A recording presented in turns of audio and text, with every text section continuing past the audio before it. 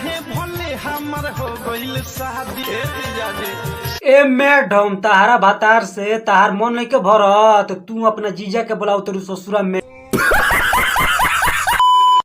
This is video है entertainment, मनोरंजन के लिए बनाया गया है। कृपया दिल और दिमाग पर ना ले, नहीं तो वीडियो देखने में मजा नहीं आएगा।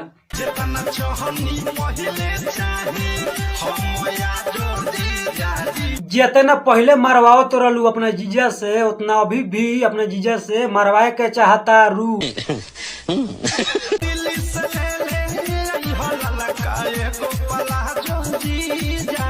मर्द के रहते हुए अपने जीजा से ललका प्लाजो मंगावतिया, वो दिल्ली शहर से। बिना फायदा के केहू कुछो सामान किन के थोड़ी देला, केहू सको ना करी। या जीजा जी घर में आएम हवो का मुँह हो जाई नहीं।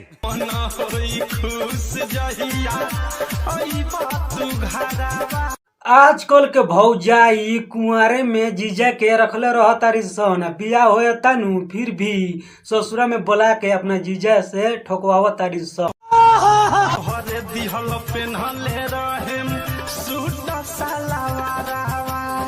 जितना अपना जीजा खातिर तैयार होती है, उतना अपना भातार खातिर तैयार ना होत होई।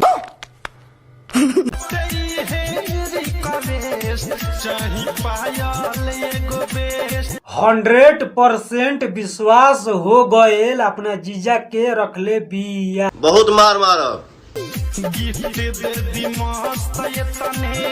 ए भौजी, ते अपने जीजे से लइका करवा ले, केहू शौक ना करी।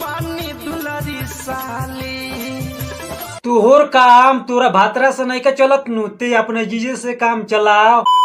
वीडियो पसंद आई है तो subscribe, like, share and comment करें। फिर मिलेंगे नेक्स्ट वीडियो में। बाय।